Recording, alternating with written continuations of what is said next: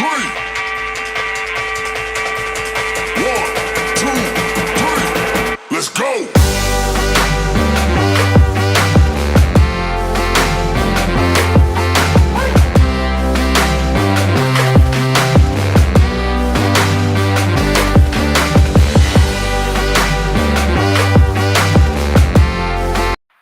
All right, everybody, welcome to Teaching Crypto. This is AZcrypto and MrFOMO. If you have not done so, we would highly, highly appreciate a like and if you haven't done so, a subscribe button as we push forward, inch our way up to 600 and then hopefully 1K sooner rather than later. So, MrFOMO, still waiting on those Voyager documents.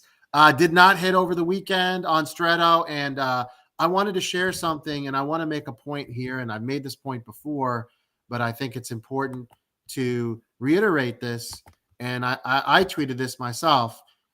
Binance changed their service agreement so that they could not only liquidate coins possibly, but also exchange them into other tokens, the ones mentioned by the SEC. Now, what Robinhood is doing is they're giving people about a week. And if you don't sell your tokens, they will liquidate or remove them from the platform. They will liquidate them for you. So again, Paul Hage, Voyager plan administrator, this is being done all over the United States. Every minute of every hour, the judge has approved the plan. It's not illegal. It's being done.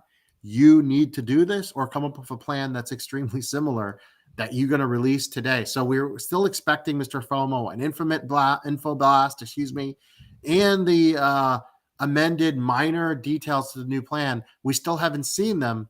I have a feeling that's not a good sign. What do you think? It seems a lot like what they try to pull before, is sort of like, well, we've got information coming out, and then the information comes out, and then right away they are in court. And so they're trying to give us as little time to respond as they possibly can. And so, yeah, I agree. I think this is, more politics, more lawyers working the system rather than trying to help the actual creditors. But yeah, I fully expect this to drop at like the 11th hour when they absolutely have to do that, so that people like us won't have time to respond. Here's the thing, and this is unfortunate. The info document, the info blast we were promised through my interview with the law firm that I did, that was supposed to happen before the changes to the plan. They could have sent that out anywhere. Now, here's the issue. If they prepared that document on Friday, as you know, we had an altcoin dump over the weekend. A lot of it could be manipulation. A lot of it could delayed response to the SEC mentioned tokens. The problem is now the estate is worth different than it was even 48, 72 hours ago. So whatever document they prepared, if it's hitting Stretto today, it's not accurate. So they're probably having to rewrite that document right now. They were so ill prepared. Again, it seems like these guys just everything they touch, unfortunately, turns to crap. Remember, Paul has been around since the very beginning. And touch. And it's like my guess, educated guess, is they had a document ready to go for this morning. And guess what? It's not accurate anymore. They're going to have to redo that document. So my educated guess is sometime today, these things will be turned in. Now, Stretto does sometimes have a several-hour delay. So don't be surprised if you don't see these documents till this evening or even tonight or even possibly tomorrow morning. Now, they do have to be in before tomorrow. Now, someone mentioned before in the comments, doesn't the Voyager creditor have 7 days to respond? Technically, yes, but remember, the trial is not the trial. The court date is Wednesday, right? Should be a trial. The judge wants an update either on executing the plan, they're not executing the plan, or what are the minor tweaks that you are proposing. That's due on Wednesday, and there's also going to be fee examiner. They're going to discuss that as well.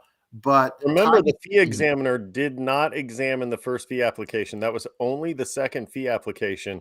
So this is the lawyers in this are really upsetting. And that's why we've included not only Paul Hage's information, but also his Deerfield, Michigan, or Southfield, Detroit, Michigan. Yeah, it's a suburb in Detroit. Yeah, and absolutely. So you can call into his office now and speak with someone else and let them know how they are or how he is specifically hurting his law firm's reputation at a national level by carrying this out the way he is. And we keep saying this, we'll keep saying this again. If he's not willing to do the job, step down. You took the job. No one forced you. No one put a gun to your head and said, you've got to be the plan administrator for the Voyager bankruptcy. You chose to do it because you wanted to make a lot of money for your firm. Fine. But you got to do the job. It's not about you. And right now it's about him. It's about covering your, covering your ass. And that's what he's doing. And that's not what this job is about. Right. And so I don't, and I disagree. I don't think this is CYA. I think this is him trying to soak up more dollars. And well, that's both. It's I both. think you drag this out, you soak up more cash for your law firm. It's a convenient marriage of making more money and also pretending that you're in this horrible situation. No one feels sorry for you, Paul. Either get the job done now or get out of the way. And you have one job. You literally have one job. And we'll see. Wednesday is going to be a huge day, but we're going to know a lot probably late this evening and into tomorrow. So tomorrow's show should be a big one when it comes to Voyager. We wanted to talk about the alts, and I saw some crazy tweets. Is crypto dead? No, crypto's not dead, but there's more and more breadcrumbs now that regulation is finally coming. When I say finally, I think it'll be good for the space to have clear regulation, not the crap we have now where this token might be a security, this might not, none of that crap. But here's the thing. If you really believe in a project, and I'm going to talk about one that I've talked about a lot on the show, and we've been wrong before, right? But let's see if we get this one right for the next bull run. I've talked about Avalanche a lot, and I can talk about the price, I can talk about the market cap, but sometimes just seeing a chart, and this is one that's not been named by the SEC, sometimes just seeing a chart can mean a lot. So I'm going to share this chart with us today here on the show, Mr. FOMO. Mr. FOMO, this is where we are right now today. About $11.50. We're at, market cap of $4 billion. No, it's not a low market cap per se. But Mr. FOMO, what is your reaction when you see this chart? There's a lot of potential there in the next bull run. You see the distribution in the last bull run, and it's pretty attractive, right? Yeah. Even in the bull run dips, you have some pretty healthy recoveries there that you have opportunities to make money on. So this is one to keep an eye on, no matter what your strategy is. If we go back to late November 2021, the price was $134.87. We're back at 11. Now, if you remember the mini bear during the last bull run, it was May, June, most of July. Avalanche went down to 10 and went up to that number you saw there. And that was an amazing opportunity. Will it get back to that? I think it'll do better. I think it'll survive these regulation criteria. That's my opinion. I could be completely wrong. Maybe it will be named a security, but I don't anticipate it. I could be wrong. We'll see. But as the others get bad-mouthed, and this one has stayed clean, and we've talked about it, like enough with the Avalanche. Yes, will there be other tokens that'll do better that you can find? And we're going to talk about some of those lower cost later in the week. I'm going to bring up tokens that you guys have probably never heard of. I almost guarantee on this show. However, there's a security in something, right? And a safety, right? When you buy Bitcoin, when you buy ETH, but you're looking to even do a little bit better, right? It's going to be hard for Bitcoin to do a 2x. It's going to be hard to go from 25,250 next bull run. Is it possible? I guess. I'm just not expecting it. But something like Avalanche, what does the market cap have to do on Bitcoin? I mean, Bitcoin. But something like Avalanche, if you told me a year from now, 12 to 15 months from now, Avalanche was a 10x from here, I wouldn't even think twice. And that's my point today about sharing this. So I just wanted to bring that up again, as people are saying it's over, doomsday. Remember, this is not the time that people are selling. This is the time to, if you can, DCA and buy, because I don't think June's going to be great for alts either, to be honest with you. We've talked about this time of year not being great for the crypto market anyway. So this is the time we've loaded up for. This is the time where you've saved up your little bit of dollars and bills that you don't have tied up in Voyager or Celsius or FTX or whatever else. And this is where you're trying to take advantage of the market, right? And so this morning I made a few buys. I bought a little Arbitrum, a little Optimism, and some Audius. But one that I bought that people are, I think, going to be a little bit shocked about is Algorand. Algorand, to me, is still a good project, even though the SEC has listed them as a security in these proceedings with Coinbase and Binance. The market cap, they're ranked 43rd on the list. They're still, they're still up there enough that you're not really taking a risk on this project. But look at where it's been before. It's been up to $2.30, and it's at 11 now. And so even if this just goes halfway back to where it was before in the next bull run, you've 10x'd from here. Now, what is your opinion? Do you think they'll be able to survive the SEC situation here? Do you think they're going to be able to prove that they're not a security? Or do you think it doesn't matter? One, Gensler used to push Algorand as a good investment. So the argument loses a lot of steam just on that. But on top of that, you're talking about a project that shut down Times Square earlier in the year for an hour to show that during that hour, Times Square uses as much energy as Algorand does for the year. So you've got a great marketing campaign there. They're good for the environment.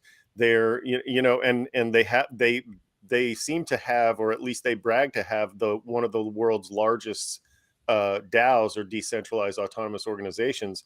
And so I think when you get down to brass tacks, Algorand will be one of the first that they don't consider out of that full list. I mean, there's a lot in there that is, I just don't see those things as securities when I can look at Pepe Coin or, Elon Doge Shiba Puppy or whatever else people are creating.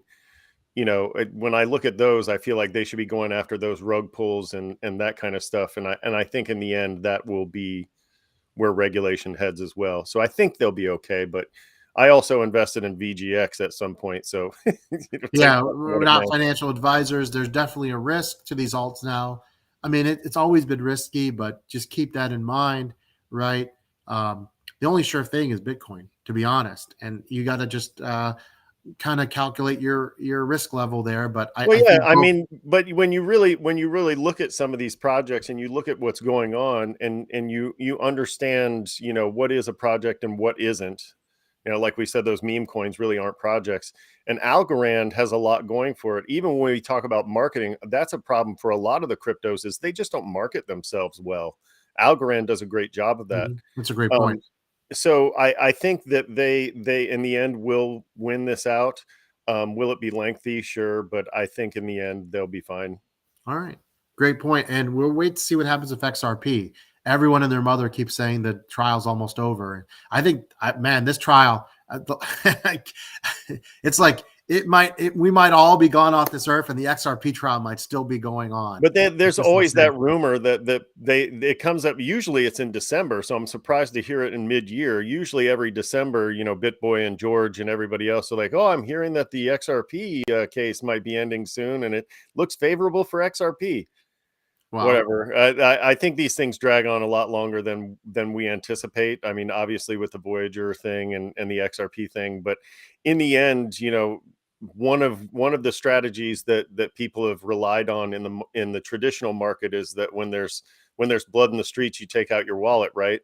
And when are you going to find Algorand now at a lower price than 11 cents when the SEC's after them and everybody's down on them?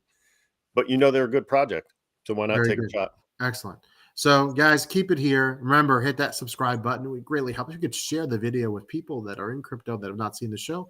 We would greatly appreciate it as we try to build our subscriber number. Now, Mr. FOMO, once again, if you're a Voyager creditor, watch out today for Shreddo documents to hit. My guess is later this evening, even into tonight. We'll have a lot to talk about tomorrow. I'm hoping for good news, but I'm being realistic. I don't think it will be. And we'll talk about next steps and what it would take to remove the plan administrator, all that fun stuff that we love talking about if it actually comes to that. So for Mr. FOMO, this is AZcrypto. You guys have an amazing day. We'll see you later. See ya.